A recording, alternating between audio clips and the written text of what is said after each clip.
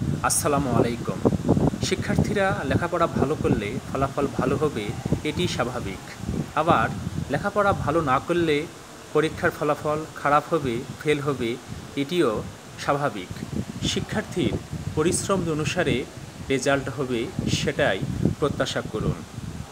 এবারের এসএসসি পরীক্ষায় বিশাল সংখ্যক শিক্ষার্থী ফেল করেছে। যারা ফেল করেছে বেশিরভাগ শিক্ষার্থী ফেল করেছে গণিত এবং ইংরেজিতে। আসলে এই ফেলের পিছনে দায় কার?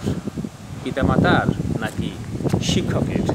যারা ভালো করেছে এবং যারা খারাপ করেছে সবাইকে শিক্ষকরা পড়িয়েছে।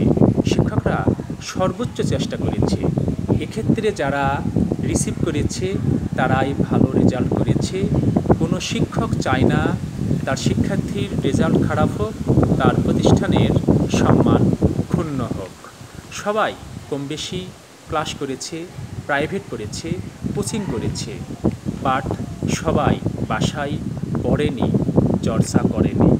আর যারা বাসায় পড়েনি, চর্চা করেনি, তারাই ফেল করেছে বা খারাপ ফলাফল করেছে।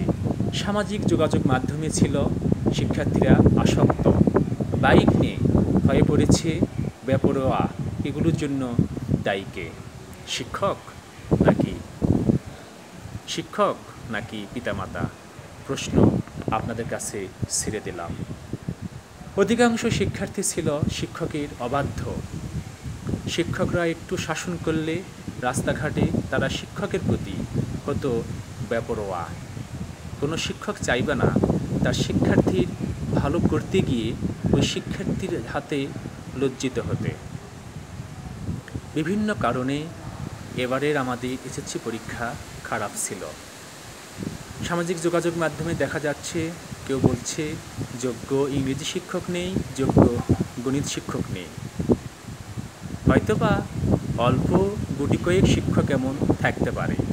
বেশিরভাগ শিক্ষকই, প্রায় সব শিক্ষকই যোগ্যতার মানদণ্ড পূরণ করে এই পেশায় এসেছে।